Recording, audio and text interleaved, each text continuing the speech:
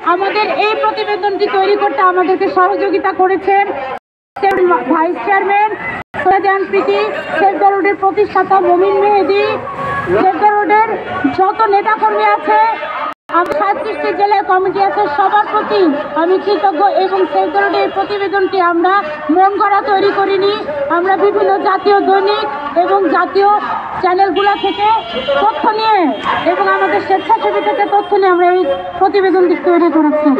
2024 সালের মার্চ থেকে 2025 সালের ফেব্রুয়ারি মাস, বিগত এক বছরে রেল, নৌ, সড়কপথ ও রেল, নৌ, বাস স্টেশন এবং ফুটপাতের নির্যাতন এবং ধর্ষণের এই তথ্য আমরা এখানে দিয়েছি। আপনাদের সবাইকে মেইলে দিয়ে দেওয়া হবে। আমি সংক্ষেপে বলছি যে গত এক বছরে রেলপথে নির্যাতন করা হয়েছে 562 জন নারীকে এবং ধর্ষণ করা হয়েছে 11 জন নারীকে। সড়ক পথে নির্যাতন করা হয়েছে আমার 413 জন মা বোনকে এবং 20 জন মা বোন ধর্ষণ হয়েছে এই সড়ক পথে।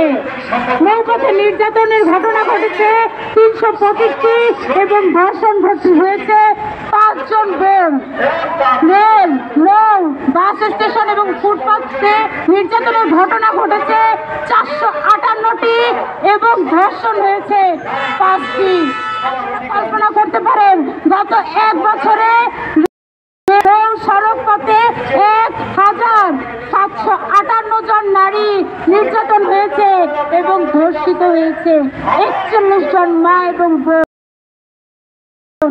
এই 2025 সালে যেখানে সারা পৃথিবী নারীদেরকে পথ তৈরি করে দেয়, যেখানে সারা পৃথিবী নারীদেরকে শ্রদ্ধা করে, সম্মান করে, সেখানে আমাদের চোখে পানি আছে 8 বছরের একটা শিশুর লাশ।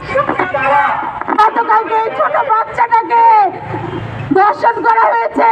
ধর্ষণের পরে ওই বাচ্চাটাকে গলা টিপে মেরে ফেলার চেষ্টা করা হয়েছিল, সাথে সাথে তো মারতে পারেনি। আজকে সকালে এই ছোট বাচ্চাটার মৃতদেহ আমাদেরকে খুব কষ্ট দিচ্ছে। আমরা সেভ দ্য রোডের পক্ষ থেকে সবসময় মানুষের পক্ষে কাজ করেছি। যা ঘটে আমরা তাই বলি। অত্যন্ত দুঃখজনক, এই 8 বছরের শিশু আমার বোন হতে পারত, আমার বাচ্চা হতে পারত। ওকে আপনারা এইভাবে গলা টিপে হত্যা করে ফেললেন, ওর কি অপরাধ ছিল?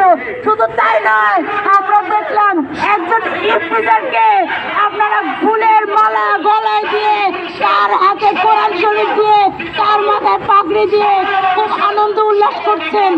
এটা তো বাংলাদেশের চিত্র নয়। এমন বাংলাদেশের জন্য আমার ভাইয়েরা প্রাণ দেয়নি, আমার বোনের সম্ভ্রম হারায়নি। আমরা এমন বাংলাদেশ চাই না। সেভ দ্য রোডের পক্ষ থেকে আমাদের দাবি রয়েছে, আমি এখন সেই দাবিগুলো উত্থাপন করছি। প্রিয় সাংবাদিক ভাই ও বোনেরা, সড়ক, রেল ও নৌপথকে নারী বান্ধব নিরাপদ করার লক্ষ্যে গত 18 বছর ধরে রাজপথে থাকা স্বেচ্ছাসেবী গবেষণা ও সচেতনতামূলক সংগঠন সেভ দ্য রোড মনে করে সড়ক পথ, নৌপথ, রেলপথে দুর্ঘটনা মুক্ত পথ চলাচলের অধিকার